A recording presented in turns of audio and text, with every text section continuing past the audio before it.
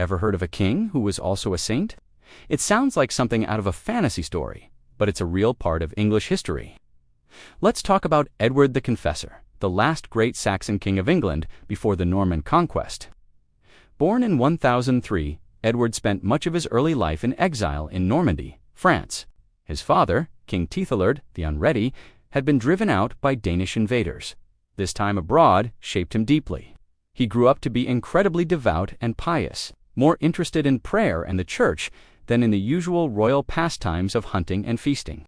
His piety was so well known that it earned him the title the Confessor, meaning he lived a life of faith, like a religious confessor, without being martyred.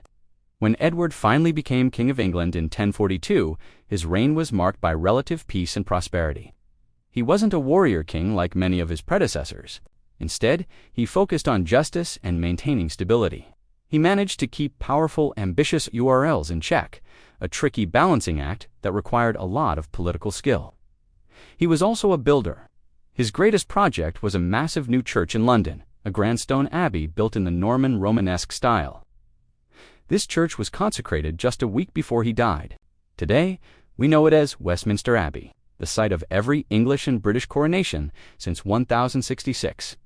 But Edward's reign had a huge problem looming on the horizon: the succession. He and his wife Edith had no children.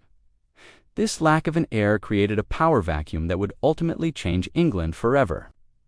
When Edward died in January 1066, a major crisis erupted. The English council chose Harold Godwinson, the most powerful earl, as the new king.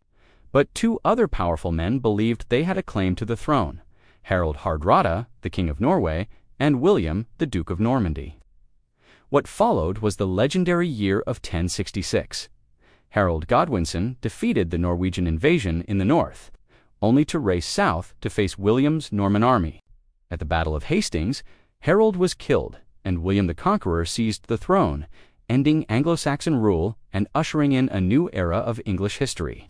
Though his death triggered a conquest, Edward the Confessor's legacy endured. He was remembered as a just and holy ruler. Miracles were said to have occurred at his tomb, and in 1161, the Pope canonized him, officially making him Saint Edward. For centuries, he was considered the patron saint of England. So next time you see a picture of Westminster Abbey, remember the quiet, pious king who started it all, a man whose faith shaped a nation and whose death changed its destiny. Thanks for watching. If you enjoyed this piece of history, don't forget to like, subscribe, and hit that notification bell for more stories from the past.